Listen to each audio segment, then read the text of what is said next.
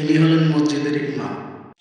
বাচ্চাদেরকে দ্বীনের শিক্ষা দেয়। আলিফ আলিফ। আসসালামু আলাইকুম হুজুর। ওয়ালাইকুম সালাম ওয়া রাহমাতুল্লাহ।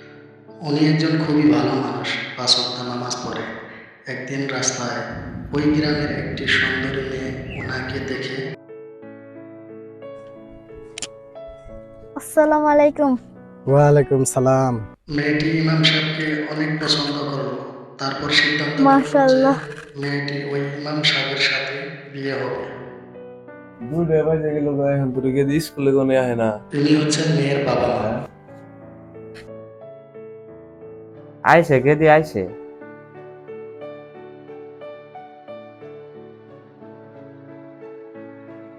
আসসালামু আলাইকুম।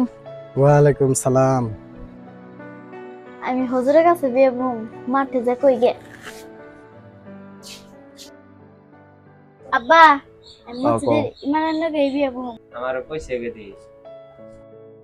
এক কাম করি মানুষ করে যে দেখি আচার ব্যবহার কেমন বাকি। ওমো ঠিক আছে, আশা যদি করছো তাহলে দাও। আসসালামু আলাইকুম। বলুন হুজুর। খাওয়ার ব্যবস্থা করতেছি হুজুর, একটু বসে নেন, আমরা একটু আসি। আচ্ছা। মেয়েটি হুজুরের জন্য খাওয়ার ব্যবস্থা করলেন।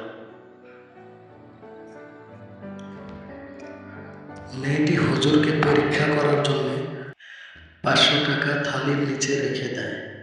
এটা দেখতে যে টাকা ৫০০ হুজুর নিয়ে যায় না ফিরিয়ে দেন।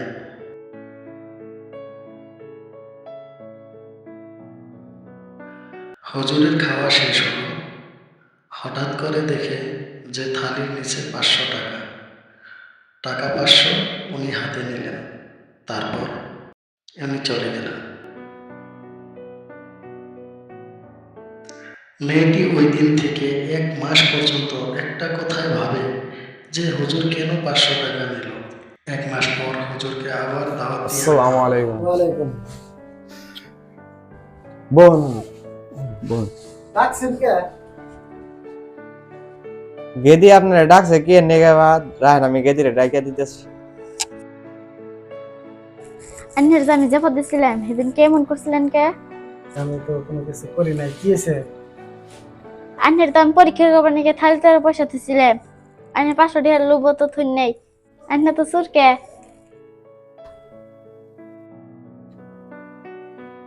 হুজুর আন্নি কান্দন কে? আমি সুর কিছু দিকে কান্দাছুন। না, তুমি আমার সুর কইছো দেখে না। তোমারও আমার বহুত পছন্দ হয়েছে।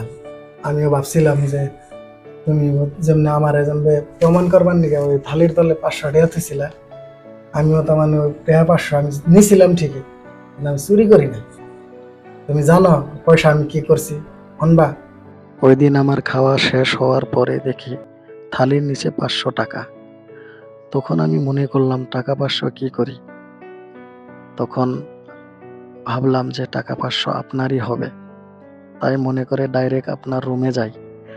আপনার রুমে গিয়ে কোরআন শরীফের নিচে ৫০০ টাকা আমি রেখে দিয়ে যাই।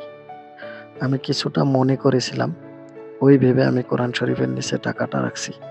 আমি এটা আশা করে থুইছিলাম যে তুমি কোথায় নামাজ পড়ো, আমি এটা দেখবার নিকা। এই জন্য আমি কোরআন শরীফের তলে থুইছি, যাতে করে যেদিন তুমি নামাজ পড়বা সেদিন তুমি ওটা দেখবা। আমি কান্তাছি এই জন্যে, আজকে ১ মাস হয়ে গেল তুমি ১ মাসে একবারও নামাজ পড়ো নাই, কোরআন শরীফ পড়ো নাই। আমি সেই জন্য কান্তাছি।